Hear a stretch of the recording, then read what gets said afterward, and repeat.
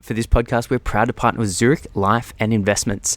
As one of the last true independent life insurers, Zurich has always believed in the value of advice and the professionals who provide it.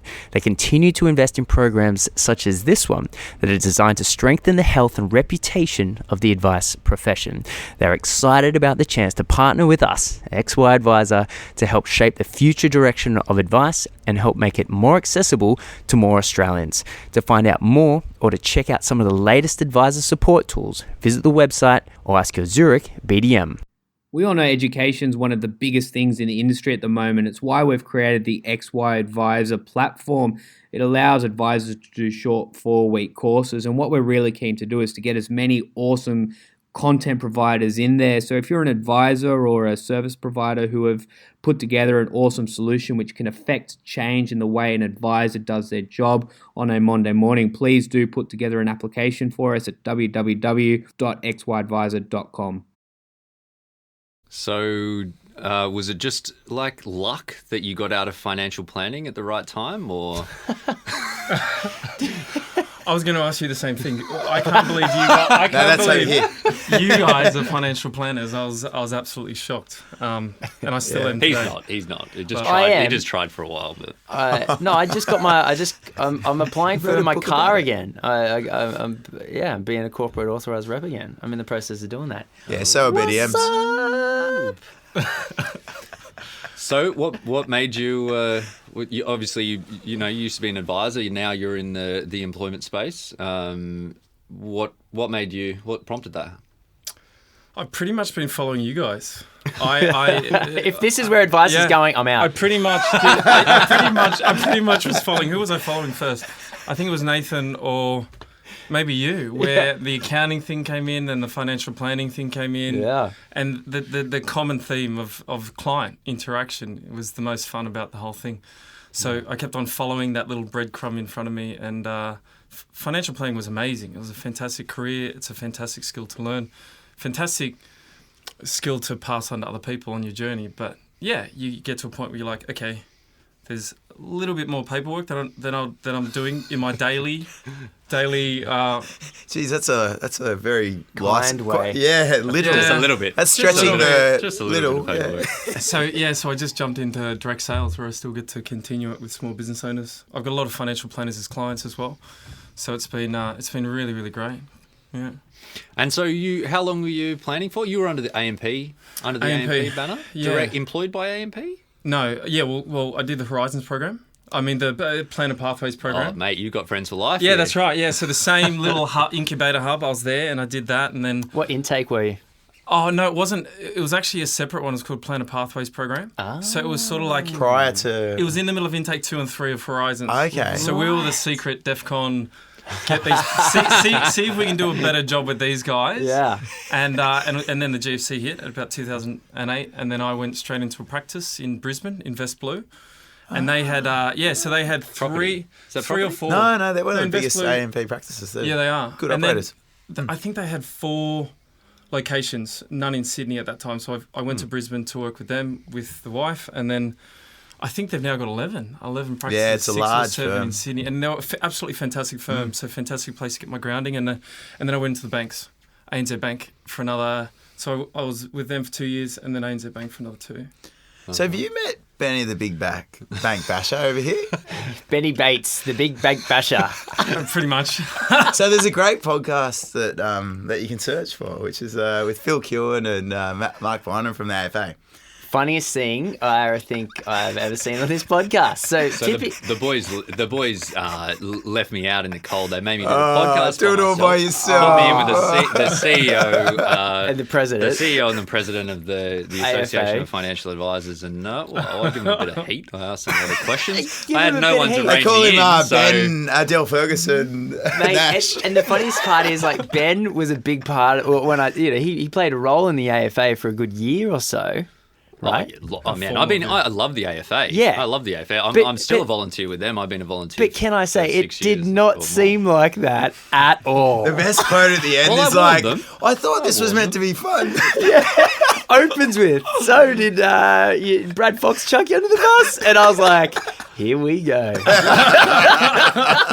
what I meant was that the timing seemed a little bit unfortunate for Mr. Kewen, who I have the deepest respect for. He's a great He's guy. an extremely strategic human being and has made some fantastic decisions since joining the AFA.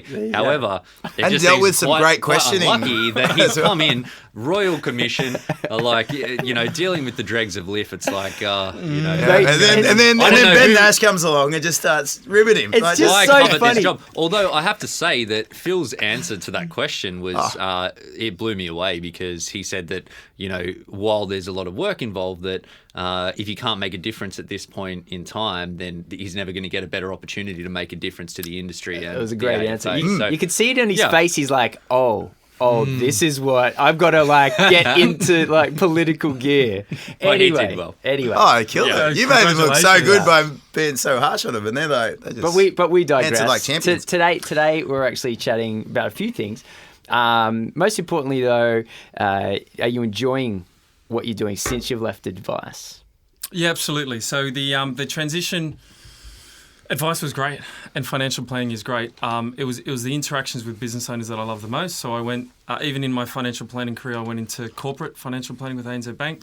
So I was sort of heading towards the global wealth at ANZ, and then I started to visit businesses as part of this, and then I just thought, nah, I'm going to go into direct sales. So at least I don't need to do the paperwork associated with it. I can just have the same honest conversations, and then our team can deliver on service. So it's been a great. So it was the whole concept of you were a bit ahead of the curve of corporate super dropping off actually a revenue stream, and going, well, actually, shit, we're just rolling out a product. What else? Should we probably do something else? Maybe there's a bit more value to add. Is that Yeah, sort of... well, pretty much in the commercial space, key person insurance, compulsory with bank loans. So I quite And that was the lead in... That was the lead in. So the holistic financial planning, people weren't busy business owners.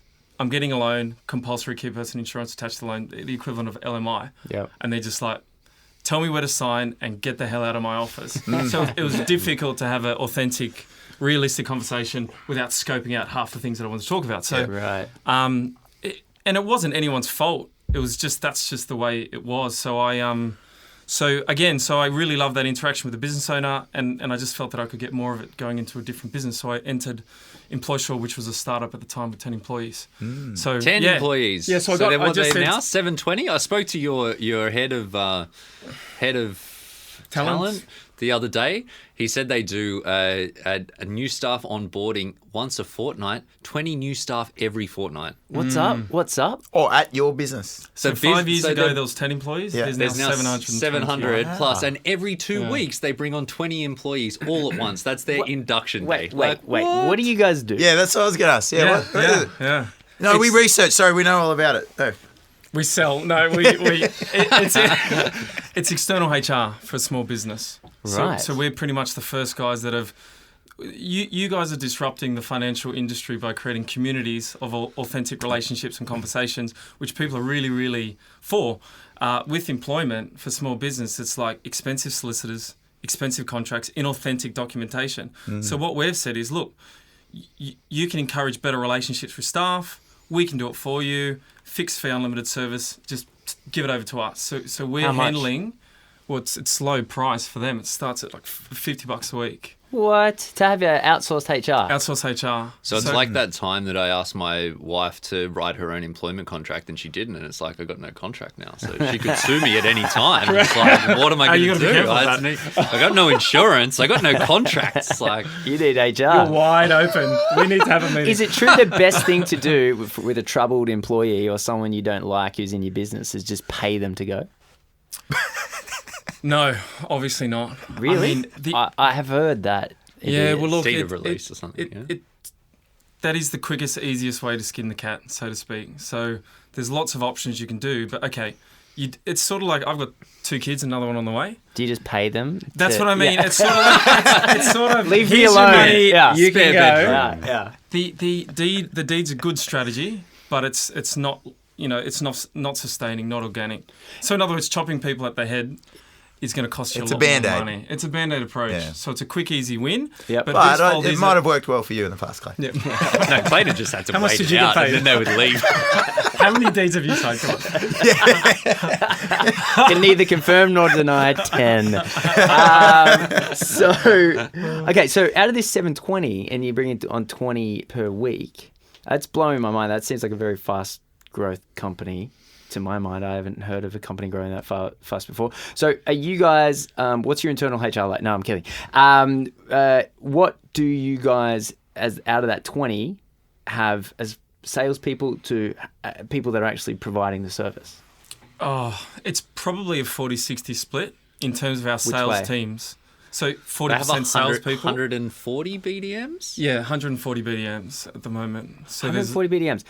What? Just walking around all the cities, knocking on doors and saying, "Would you like a HR solution for $50 a month or a week or whatever?" most of them are inbound calls to our company. So even myself, 76% of my deals are coming from referrals from existing clients. So it's not like Why is someone referring you client? Like, how could they be so happy with HR that they're I like, know. you have Well, I to think call?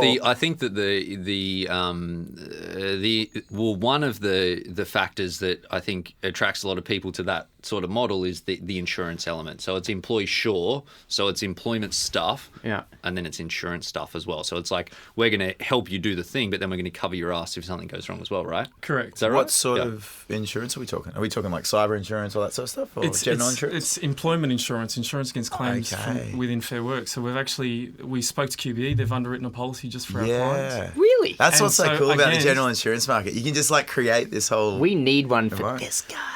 Yeah, that's right. Yeah, actually, can we get a good? How rate? much true. does Don't let that? her Please, know. yeah, please, yeah, you need to quote us. But it's even for financial planning firms, if they need somebody terminated and the person's saying, well, if you terminate me, I'm going to sue you, which Yeah. they can do by law, Yeah. that's annoying. So, Yeah. so the financial planning firm will call us and say, look, the guy's going to steal our entire database, rip Yeah. us off, go to a competing company, set up his own company with all of our branding and stuff. Yeah. And if pretty much if we do anything, he's going to claim against us. That's what happens all the time.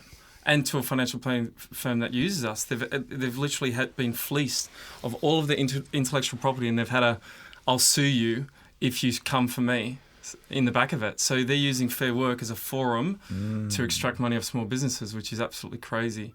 Well, So what's the solution? How can people protect themselves from that sort of setup? At the moment, How do you protect At the moment, to my knowledge, we're the only solution there is. So I'll put it to you in perspective. If that in fact did happen, we give you a deed. You're unhappy with it. You go to Fair Work. Fair Work gives the business owner a letter, serves them a letter saying, we're gonna speak about Clayton's case. Your case is 6 months worth of your salary because that's a standard unfair dismissal claim. Let's say it's 20 grand. Just joking. But 6 months of your salary.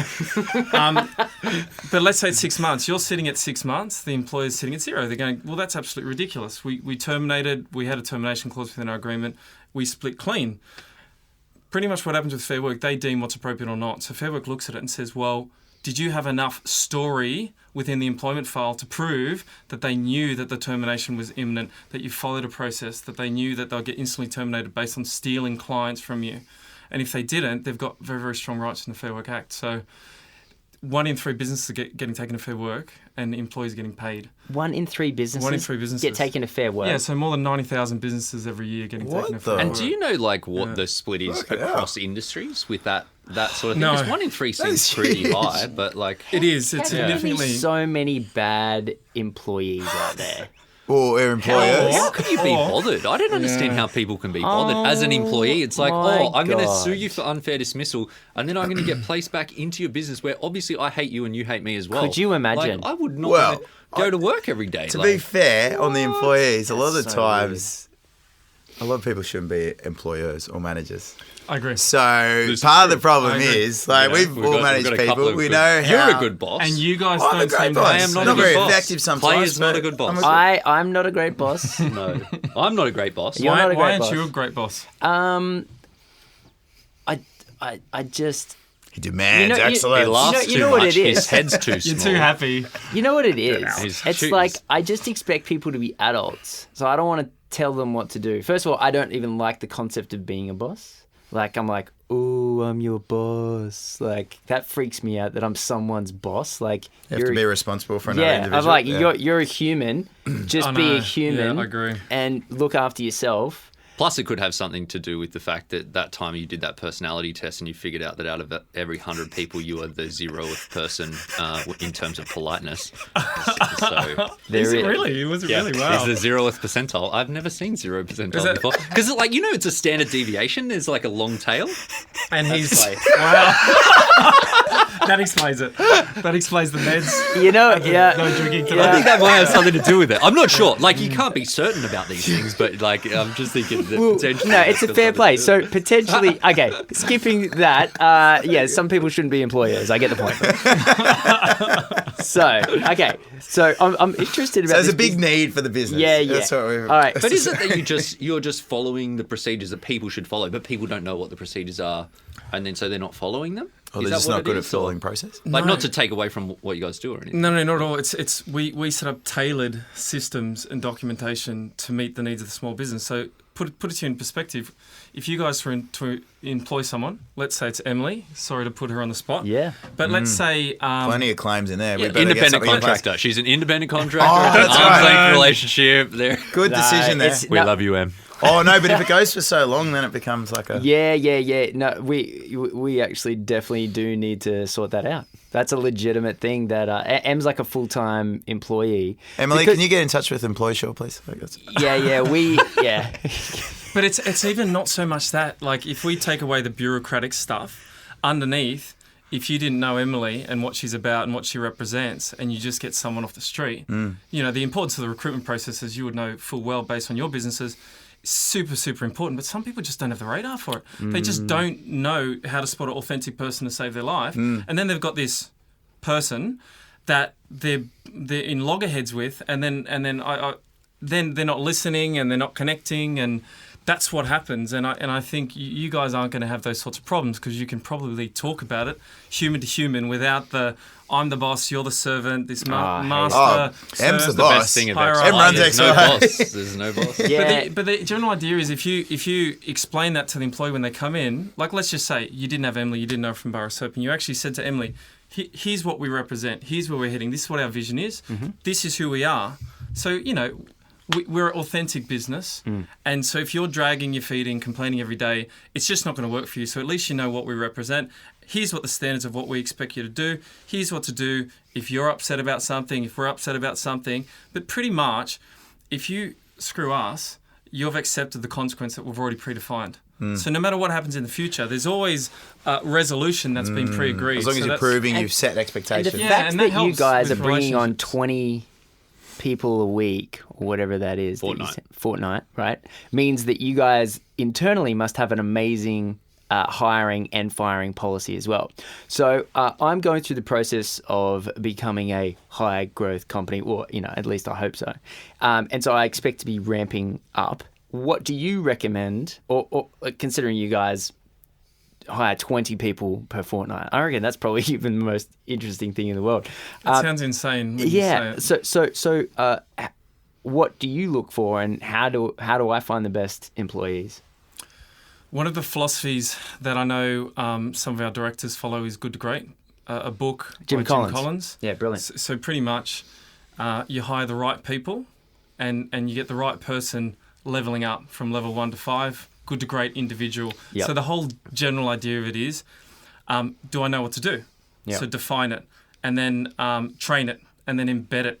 So all of a sudden, I'm a self-sustaining individual in a higher growth company. So technically speaking, if my managing director or my boss left tomorrow, I'm still doing the same thing, authentically, self-driven. And then it's management, then authentic management, and then superstardom, or whatever they call it at the top. Yeah. What do they call it at the top, Chris? Well, I'm not at the top, trust me. I'm happily... Because you choose not to be there. Yeah, what's going on? I heard you were like #1 salesman. Yeah, there's well, I've been predominantly one of the top performers for some time. I've been Do you accoladed. have How many years equity? were you number one for? Well, I've been pretty much one of the top performers for the first couple of years, and then I had a family, and yeah, the amount of hours within the day shifted a little bit to serve other interests, in particular family and things like that. So, yeah, the more hours in the day that you dedicate towards your core purpose and selling, the higher you are up on the chain. But now for me to get If from, you're good. He sells.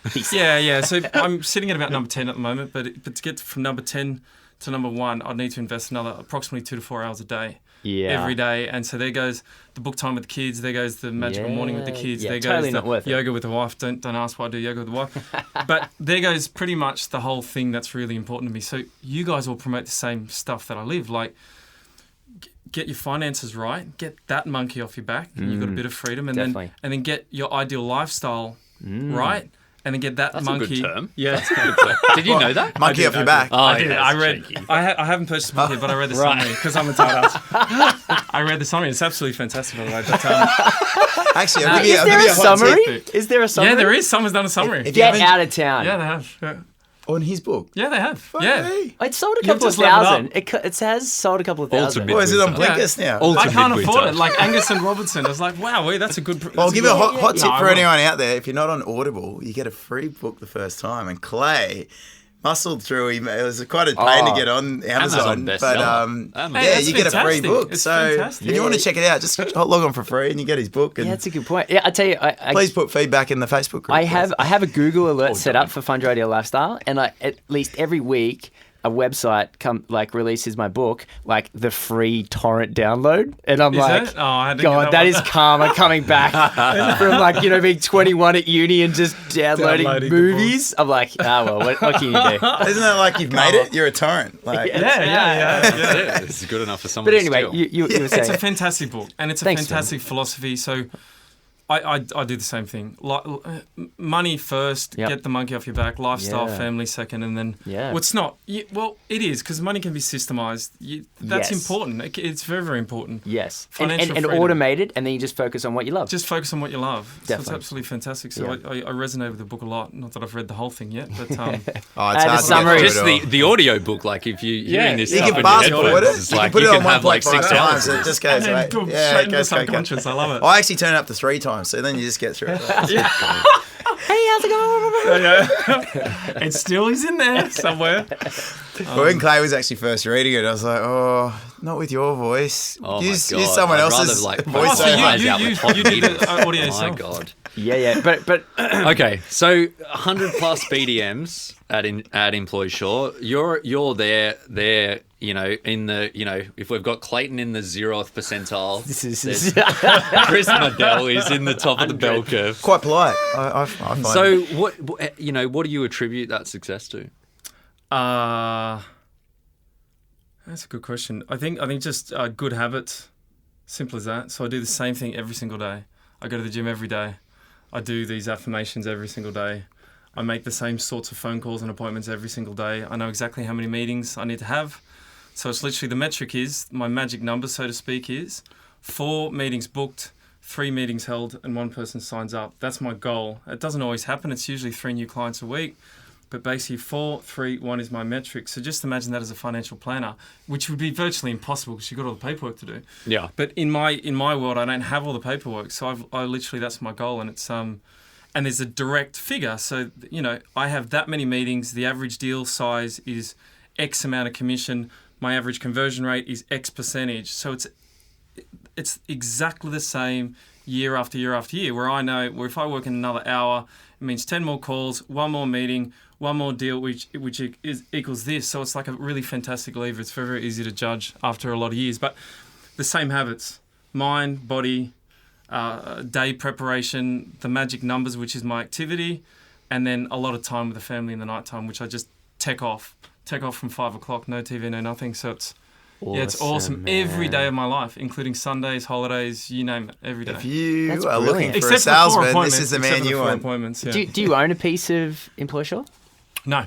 Really? So he's Yeah, available, no. guys. No, I don't. And and that's a good Ben, question. you need some more Obviously, leads, don't you? Being part of the start. Yeah. But that being said, the gentleman that owns it, Ed Mallett's an absolute superstar. He's the best guy in the world, and he's worlds apart in terms of the character and delivery and the honesty within the business he runs. awesome. And he gets all the top ratings and the awards. So absolutely nothing that I've done is credited to myself. I've just been lucky enough to be on the ship that's been growing so fantastically, and Yeah, happy days. That's So awesome, you man. talk about this habit, and I think habits are very important. That consistency, that sort of stuff, but.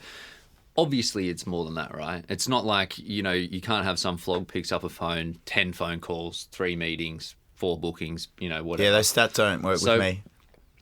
Exactly. I could do that exact same phone call. Too many. He's like, I'd be on the he phone always too. opens with Be like, surprised. Did you just call yourself a flog?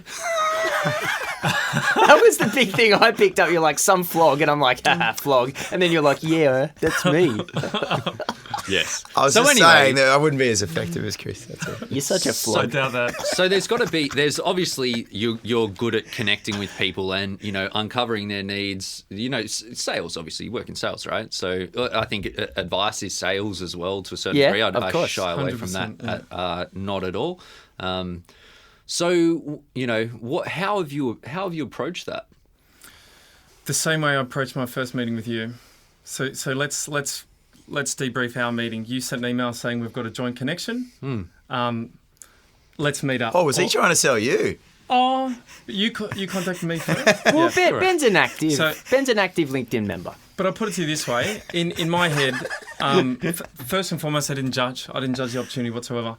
And then I found out what you're about, and I absolutely love what you're about. And then obviously I committed to the meeting. And then I think I called you straight away, and you were on your honeymoon or something, and I woke you up at some abominable time. No. It was late at your end. It was like 3:00 in the afternoon for me. I was just hanging out by the Could have pool been in the late in Atacama mine. Desert, and we were trying to connect, and we couldn't. We were trying to line up a time. I was like, I can't line up a time, and then he just called me, and I answered the phone, and I said, "Oh, I'm on my honeymoon," and he's like, "Oh my God, your wife's gonna kill you. Get off." Yeah, I said, why on earth did you answer your phone? Yeah. Well, Crazy mate, I that was doing my Of course. 10 phone calls for my meetings when I got back. So I started my prospect pipeline, a week before I left the honeymoon to make sure that I had some opportunities when I got back. That's very diligent. Yeah. And then I approached the sales. Well, in other words, I didn't say no to the meeting, so there may not have been a benefit to me or not. It didn't matter. And the second thing I did is I kept it very open. So just like we're doing this podcast here, you didn't tell me, here's what the agenda is, here's what you need to say, here's what we're trying to get out of it. We just left it on the table and we got to experience a connection. So for the first 5 minutes, I think I was talking about marriage vows. I said, you know how important marriage vows are? Your relationship will get better And if the you respect safety, those. Oh, mate, I was The Mr. trust Ri- tree. The yeah, trust the trust tree. I was with being the Mr. kids. Righteous to I this won't, poor guy. I won't go into the full details. I said, because Well, this guy's about to get married. So, Oh, he can do it This guy's got rules of his house, of his household, and if anyone it's so breaks bad. the rules, that's so that's bad. clear that you Wow. have broken the Oh, rules. of the that's house. so bad. I went straight home to my wife and I said, "We are setting up some house rules." don't do it. Wait a Don't do sec. it. Yeah. I like it. Like, Don't do it. we've got some rules. What are some of your rules? Well, I don't take myself too seriously, by the way, but the general idea of rules is we do the same thing with business owners, right? We say, look, if you know what we value, Yeah. we're all going to get along pretty well because you know what my good points and bad points are. You know what I really don't like. It might be swearing. It might be something else. I'll put safety, right? Work health and safety in a business for a financial planning business. Now, the law, the work health and safety law, has made that thing so inauthentic that people are more concerned about getting the document right than they are the physical safety of a human being, right? Sometimes financial planning has got the same problem. So that little compliance that increased it. Yeah. Yeah. So putting it in perspective, at home, the rule might be safety. So that sounds like a bit of a cop-out, but let's say my kids are killing each other. They're 6 and 2. So my son doesn't really hit, but my 2-year-old will gouge his eyeball out, I promise you. So they're in the bath, I hear screaming. And so the first thing, and this is an employee thing as well, is they need to learn how to manage that themselves. They need to be responsible to be able to manage it themselves. So I'm not going to rescue, name or shame. That's the first thing. And then the second thing is they understand and know that there's safety in my home. So that is not safe. Hitting and bullying is not safe. And also order. So if they're not picking up after themselves and leaving crap everywhere, that's not safe. See, isn't that a little bit manipulative? But No. I'm using safety as the whole look. Yeah, the New we're South leaving Wales government does it really well. It's got to be good. That's what I mean. Yeah. Here's your policy. Here's the work health and safety manual. But so Another that's piece of one of the legislation. rules. So and I promise you, that's 80% of the situation. So let's just say, right. And I was talking to Ben about it actually. We had a situation where the kids started to fight in the bath every night. And I was getting so annoying. And I said to my wife, I said, because I talked to her about this stuff, and I go, because I know I'm self-righteous sometimes with these poor little kids, and I'm like, honey, like I want to like get angry at them, or I want to like rescue them. Just help me out. And she goes, well, look, firstly, you haven't set any rules. They need to know what the hell you're about, and then you need to literally keep on training them until they get good. And so that's what I did. So the first time I said, look, guys, if you keep on hitting each other, you're out of the bath, and they love the bath. So that was pretty much the warning. And then one time I gave them a yellow card, red card, yellow card, and that was the last time they've done it, and that's been about 4.5 weeks ago. So, you know, and now that those rules are embedded, Smart. I never ever have to. You know what it's like it's so annoying. Whether it's staff, whether it's kids, it's like they're just rolling around in their heads about stuff to complain about, and because they're constantly trying to get you to rescue them, it's really, really hard for them to become responsible, capable individuals within your family. So now, people generally just push up against any They're looking for some sort of resistance to push up against. Yeah. Honestly, And if you don't put anything Self-sabotage. around, they'll just run.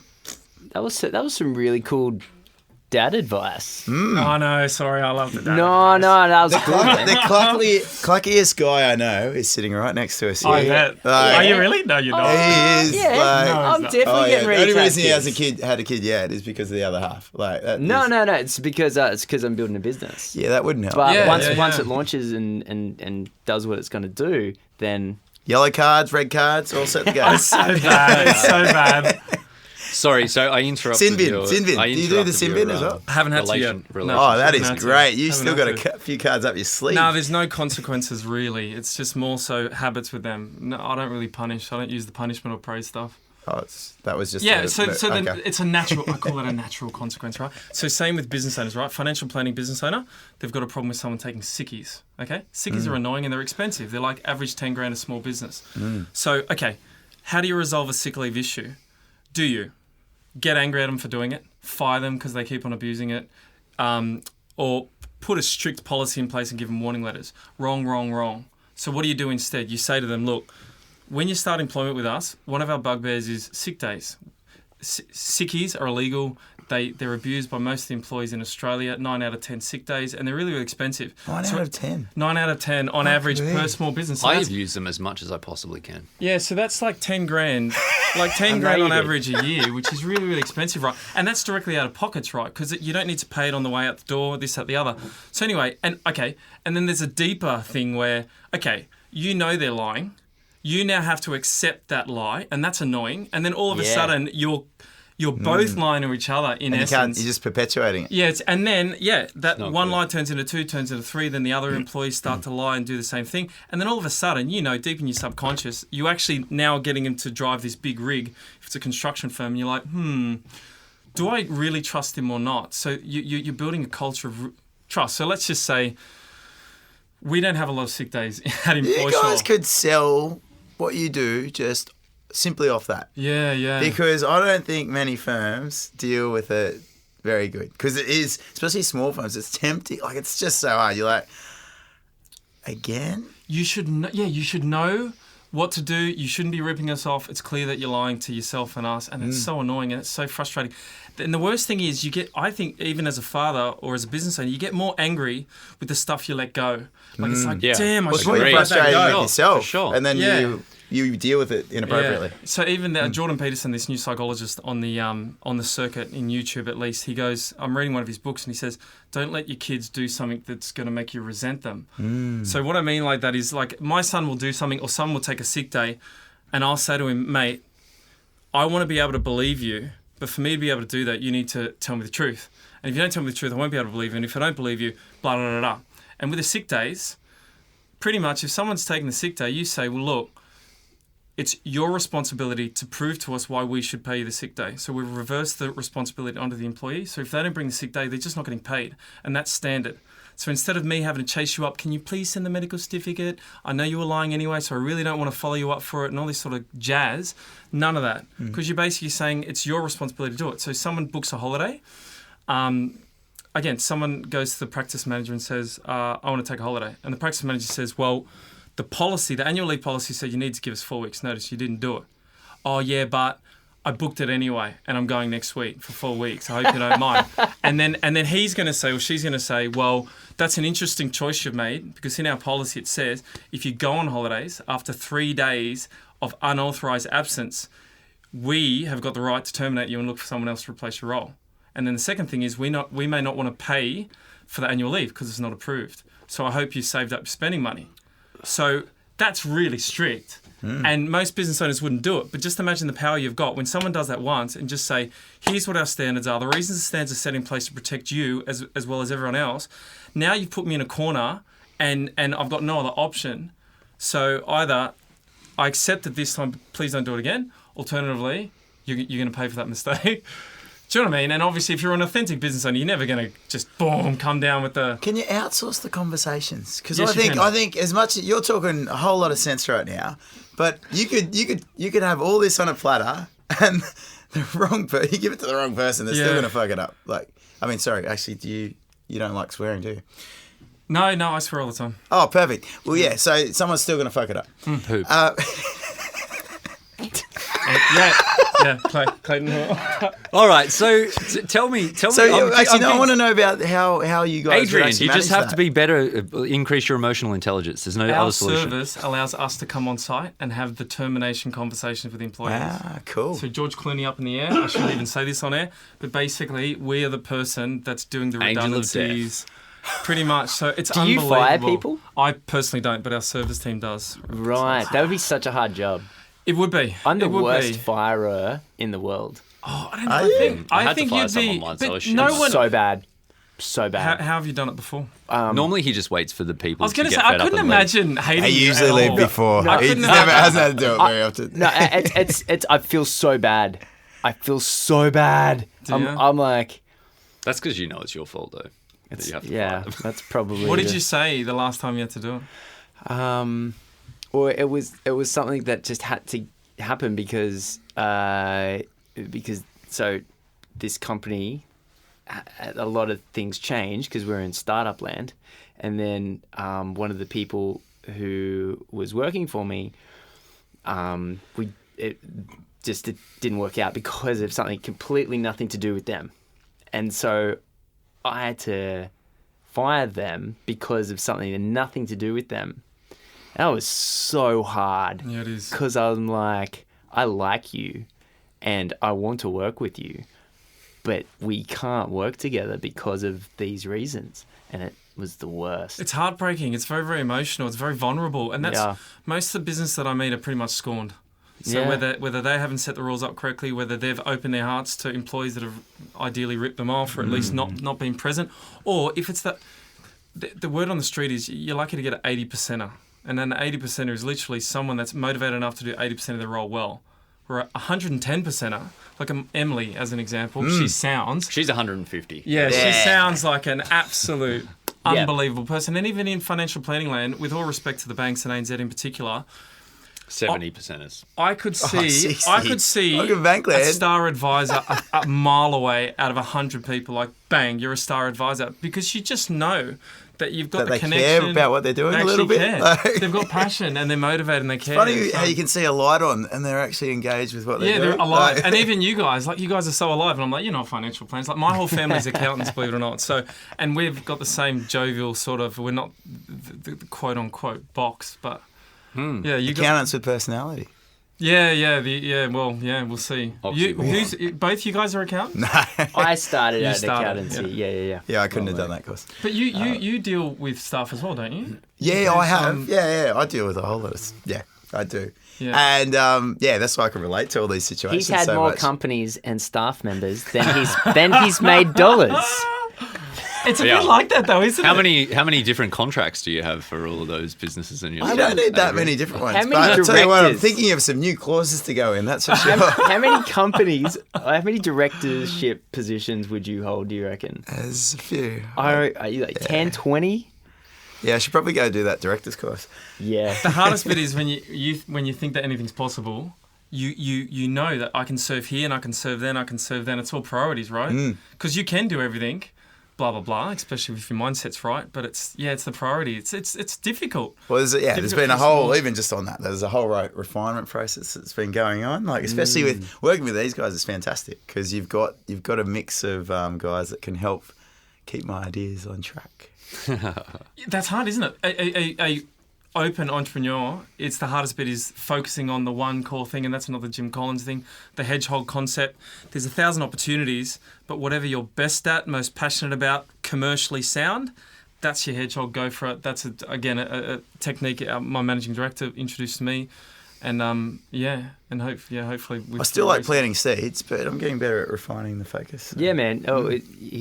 He focuses a lot on efficiencies, but not so much on effectiveness. So he would just be like, hey, this is a great idea. I'm literally going to devote my life to it.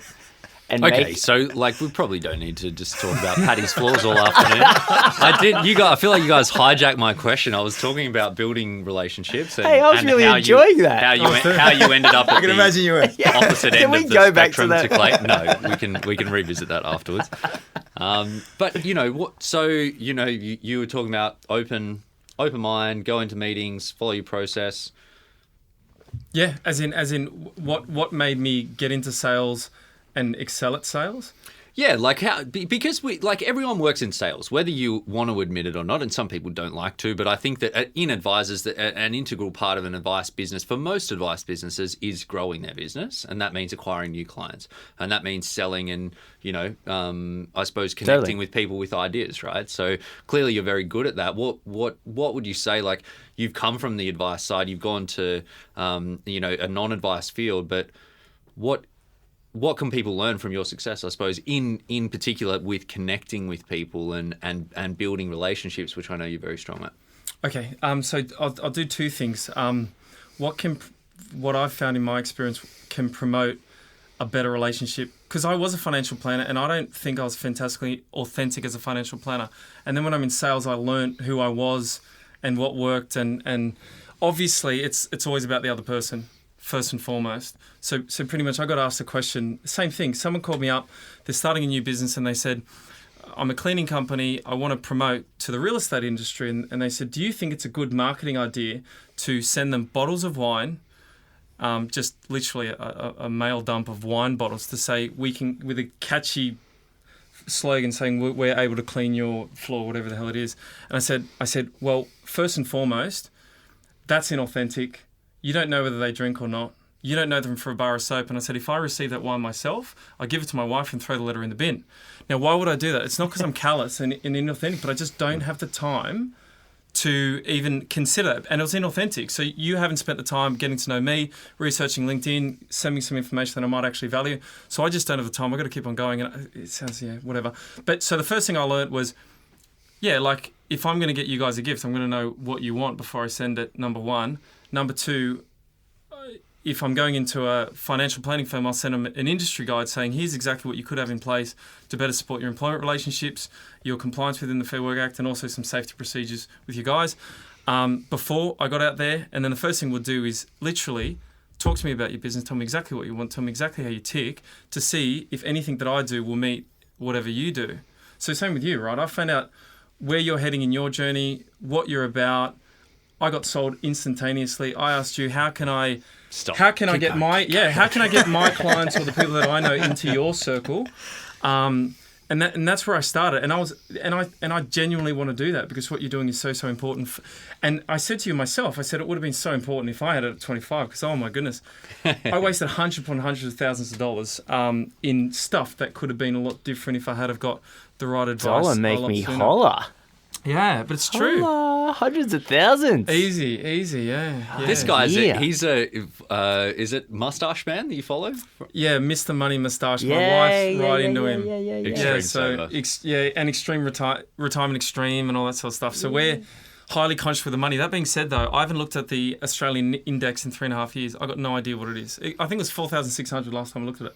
I don't watch TV. Call me a... No, you're a legend. I love that. Yeah, I didn't have a TV for 5 years. Yeah, did you? Wow. Yeah, maybe even longer. And then... He only got a couch last year. No, he actually... It's so bad. That's cool. Where were you sitting before? No, that was you. Oh. I'm talking about you. What do you mean I only got a couch? Like that time when you moved into that house and then it has no couch and you just sat on the floor. On my... Really? Your apartment. Really? Is that what it was? I can't even remember. But when I moved in, we didn't have a bed base either. right? And I didn't really think too much about it. You just, you live in life. Startups, like, you just roll with it. You live in life. Bit of newspaper, you're good. And then I didn't think anything about it until, like, a mate came over, and he used to be a client as well.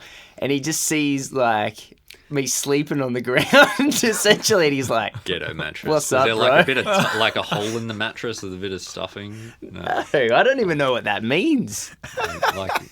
Anyway. But the it's TV amazing. thing. The TV thing, yeah. Oh, it's huge. We Huge. used to live together. Clay and I used to live together. Without a TV. Yeah, man. Wow. That's how XY was born. That's huge. No TV. Yeah. How productive can you be without a TV? Dude, it's so good. You can't write a book when you got a TV. I don't No think. way. I don't No think way. you can. I write a lot, and you can't do it with a TV. spent so much I time just on got that rid of book. Netflix. Oh, So much Betty time. would have. So I bought a TV about 18 months ago, and then we got Netflix, and I just got rid of it the other day, and my life is so much better. I couldn't imagine. Imagine if you got rid of Already. Reddit. That would have, like, imagine how I much time learned that a would lot from free up. Reddit. I really like Reddit. But how amazing is it when you've got independent thought, Dude. and the creativity and curiosity that comes up when you Totally. don't have all of that crap Yep. coming in? It's amazing. What about Game Low of Thrones? information diet, right? Low that's- information diet. It's just Yeah. about And show. Handmaid's Tale. But you actually start being able to have that deeper connection with yourself and your wife and everybody else within your universe. Yeah, man. It's like amazing. just most people just never think about what's important to them, and then just do that, and that's financial advice plus money. Yeah. Yeah. But the TV thing, interesting story. I was, at one stage, I was doing anything that came to me, right? Anything that, okay, I went vegan for 2 years. And then, okay, I gave up alcohol, and I've still given up Legend. alcohol. I'm eating meat again. And then, anyway, so these things, I'll do this, like, straight away. I'm like, nah, whatever I receive, I'm just going to do. And anyway, one day, it said no TV. I got the TV off the wall, chucked it in the bin. Legend. Absolutely chucked in the bin, because I thought I can't do it any other way. I'm Yeah. so addicted to this thing. It's so toxically ingrained. And I said to my wife, I said, would you, I sort of pre-approved it, not really. I said, would you be like fantastically upset if I got rid of the TV? And she goes, oh, not really. Anyway, straight in the bin. Excellent. And she got home and she was upset about it. So in a couple of months we had to replace the TV. But still, it was Lucky it you was were number one amazing. salesman, eh? Amazing. I like your that dedication. helped. It was an old one anyway. Man, I like your dedication to that stuff, though. Well, it's funny. Like, how many people read these books and actually go, that's a great idea. I should adopt that in my life and not do it? That's pretty much, yeah. You're the guy that does it. Yeah, but even And- your book is so influential and critical for The summary, you mean? everybody. Yeah, the summary. But All the good stuff's at the you start, represent- actually. What you represent is so strong, Yeah, man. Thank you. and it's so authentic, and everybody needs to hear the message, and people can't hear it sometimes because the bloody TV's on. Well, actually, Totally. on Clay's book, that's where Emily came from. Really? Emily actually Wow. approached Clay Man, because he was yeah. sort of his promotion of the book wasn't quite going as functional as No, it's like the promotion of the book went well. It's just I suck He at just the led tech them piece. into a broken the tech funnel. bit wasn't Yeah. work. Yeah. Emily's So I like Emily approached him Had all going, these articles everywhere. I was writing all this stuff, and it was all going to the website. And then they get to the website, and they're just like, "Bobo, your mailing list does not work." Does it? And so she doesn't even bother with the download of the free chapter. She just goes and buys the book, and she's like, "Look, I love what you're doing, but like you're such a goose. Do you want me just to fix it for you?" And I'm like, No way. I was like, "Yeah, thank you." And then I was like, "Boys, you got to meet this person. She is just phenomenal." And I mean, she has what she's had done in less than a year for XY. She's completely changed everything.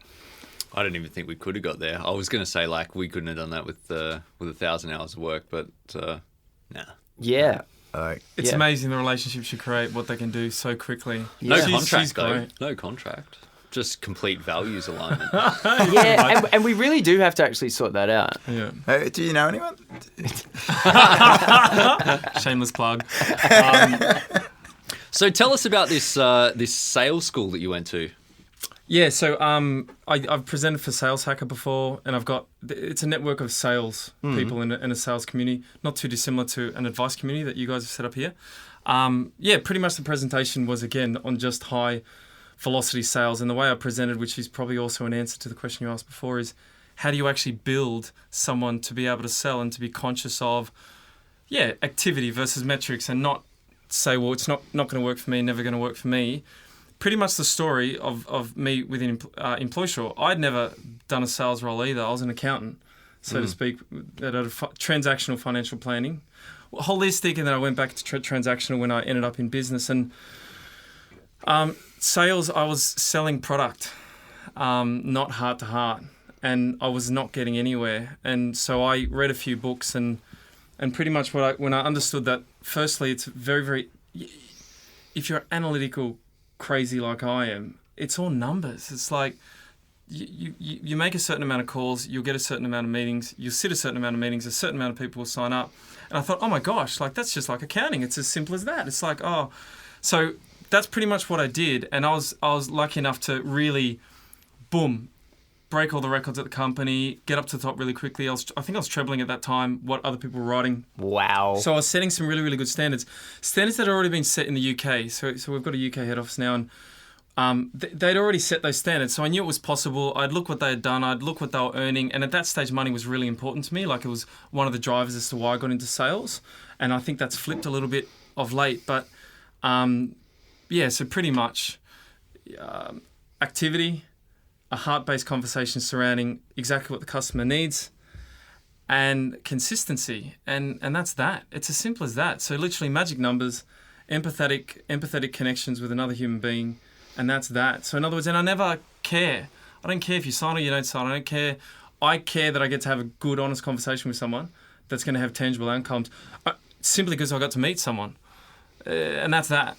And I'm curious to know, because you guys are obviously sort of a bit more advanced in your thinking around people and employment and how people operate. How do you guys internally work together, like the sales team, the other departments? What are some of the internal stuff? Culture like? Yeah, how do you guys?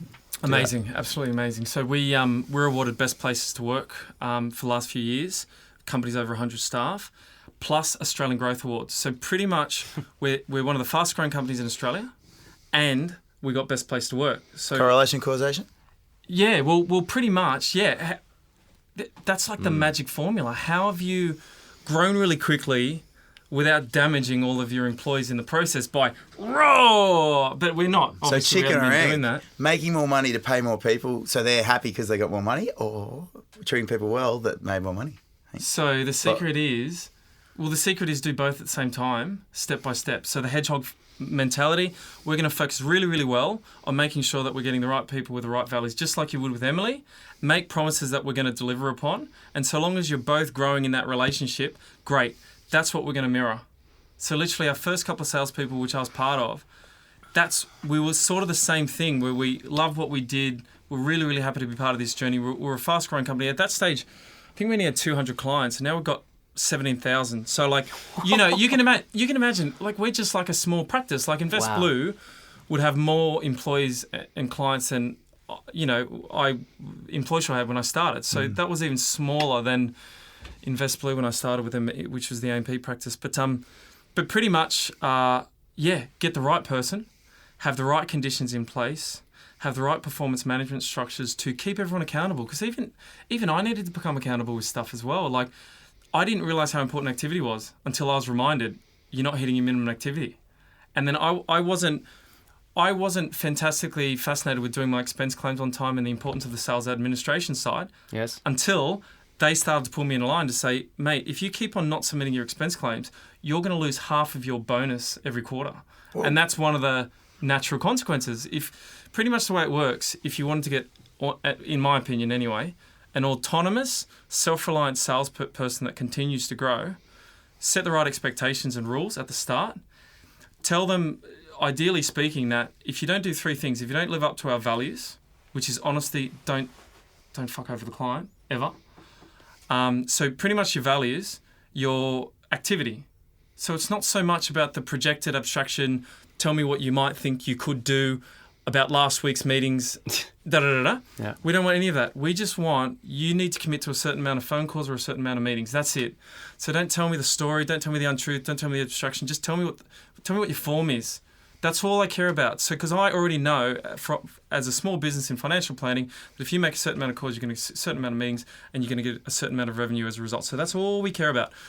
Form, and then the accountability of the form. So the accountability is the client manager in the financial planning practice does a spot check, 3 things that the salesperson or financial planner should have uploaded to the CRM system, the Coin platform. And so let's say the financial planner's done their meetings for the week, or they say that they've done their meetings for the week.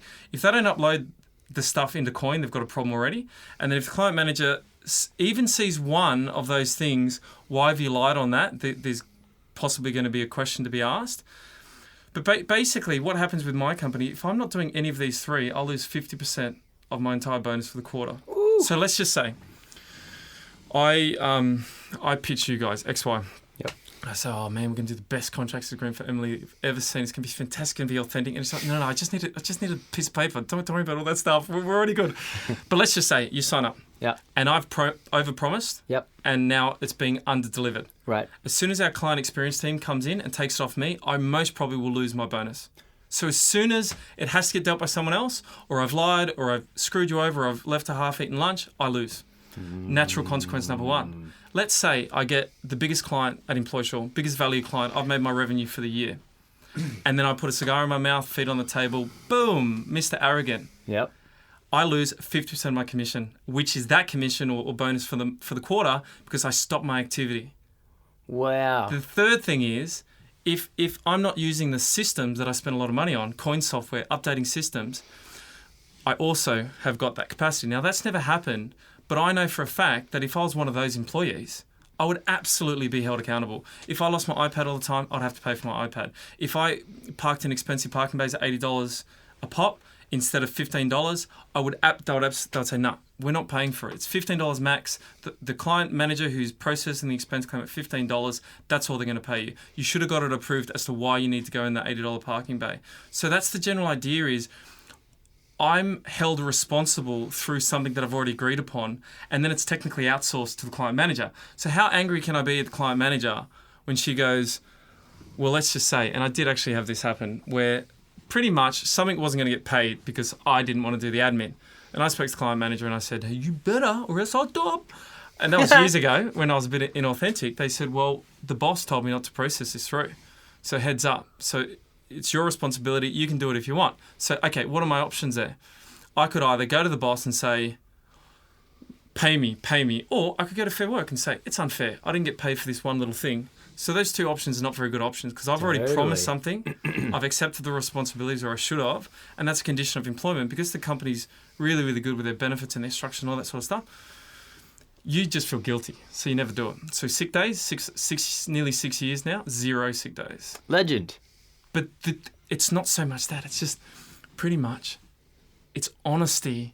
Honesty leads to trust, leads to value, leads to responsibility, leads to performance. And somehow our brilliant managing director, Ed, is just got in spades. He's got in himself. He commands the best of other people.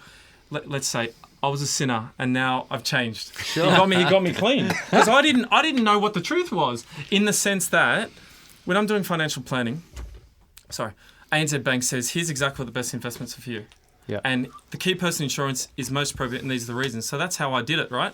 Whatever the bank says is appropriate for you, and that's just what it is, and here's SOA, and let's read it together, and that's what the fees are. So obviously, I wasn't a fantastic financial planner. Adrian hates the banks, so like obviously, Benny the big bank basher. I was the perfect bank robot. But anyway, the perfect bank robot, and the results were fine as well, as good as they could have been as a transactional vulture, eating off the carcass of small businesses and the key person insurance. It sort of is a bit like that, right? It's a bit like that. I don't know. I've never been in a big bank, so it's a bit like that. Wow. And I didn't think that way at the time. Oh, because it's I never the honestly person. It's the thought- system, man. It's the system. No, I think what he's Maybe saying both. is it's the person. I think he's it is the saying be person. authentic. That's his whole point, okay. man. Yeah. So I you're mean, taking ownership for, I shouldn't have been like that. I shouldn't have been like that. You Fair enough. fucking vulture, Chris. I shouldn't have been like that. And it's one of those things where, well, the funny thing is though, I was doing planning for 2 years, from 2008 to 2010. All of my clients got rich. Every How? single one of them. Because it was the bottom of the market. The market dropped. Right. And I was like, yo, boom. Killing it. Managed fund, superannuation, here you go, I'll sort you out. Bang, bang, How good's bang, percentage bang. See you based later. So technically Oh, speaking... no, that's I a had good reason my- why a lot of advisors don't base their value proposition on investments anymore. Absolutely, yeah. There's a flip side. Yeah, on the opposite side, it takes a lot of trust and responsibility and commitment. And thank goodness I didn't have that in spades. So if it had been the opposite, I would have been a goner. Like, in other words, I would have had the trust and availability, but it's a different... You have to be so much more honest and authentic. Have you read the book Selling with a Noble Purpose? Or No. Selling with Sounds a like Noble I need to, Cause though. or something? No, but I feel like you kind of espouse a lot of that stuff. You've come out the other side. It's okay. Because selling to me, selling is a tool, and if you sell well or if you sell horribly, that's one thing. But as long as you deliver, right? So I love a great salesperson if they deliver Absolutely. an excellent result. So I am all for getting really good at sales, but only getting really good at sales is junk.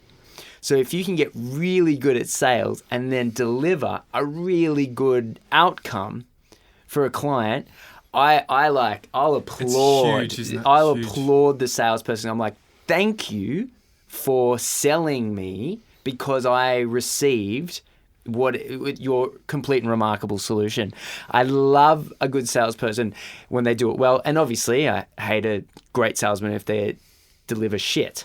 Right? So that you kind of, I don't know, my journey through financial planning is I came from tax accounting, and then I was in this sort of legislation advice team for like a year before I ever then went to learn about insurances and investments, which is where, all the commissions were.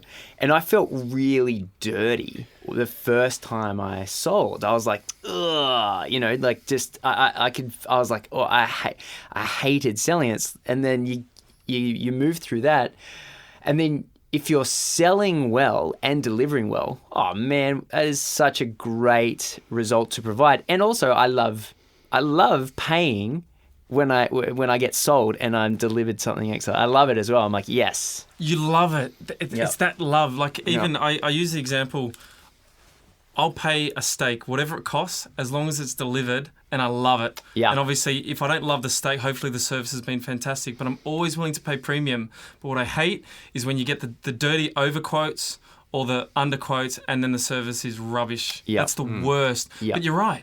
When you have a good steak, it doesn't matter what you pay for it. Yes. iPhone is Totally, an amazing... man. Look, I'm all for iPhone.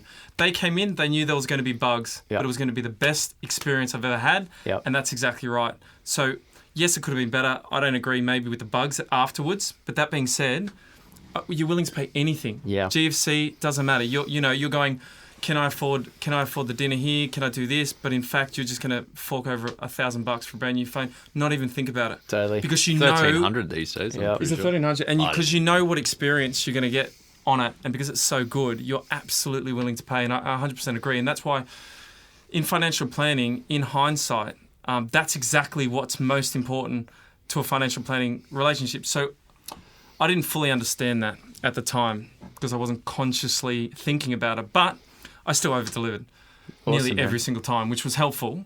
But in hindsight, the trusting relationship, the fixed fee model, that's super important. Is that you? That's the vulture. That's the vulture on the carcass. Sound like a Over-delivered seagull. vulture. Oh, yeah. Oh, my God, yeah. It's so bad. I did. In hindsight, I was like, oh, man, was I like that? Was I not? And then, what is. Yeah.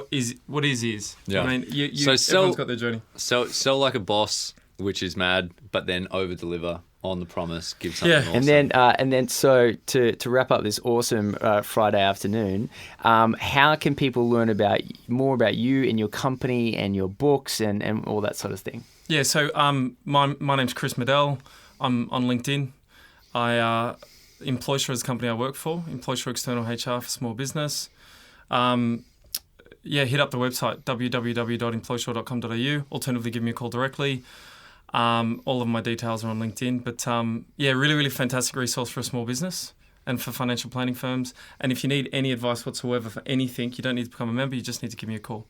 And you guys have got a bunch of stuff on your site as well, right? Like there's like free free resources and stuff. Heaps yeah, and heaps of free yeah, resources. That stuff you sent me. Best practice Yeah. guides, downloadable tools, and we offer free consultations as well. So pretty much where myself or an equivalent would come out, say, here's what you got in place, here's what you need. We send it via email, send a quote for our membership, and then you get the choice whether you do it yourself or you get us to do it for you. Yeah. So it's really fantastic. But for anything at all, obviously I've had the experience with financial planning as well. So if there's any financial planning firms out there that need a bit of advice about those contracts or contracts agreement, just give me a call. And as you can tell, clearly very good banter. If you Yeah, it was really good, guys. Yeah, thank you. Thanks for coming on, cheers, man. man. Yeah. Thank you, Chris. Thanks, guys. Cool. Yeah, thanks. Woo. Hey, Cheers, guys. cheers, man.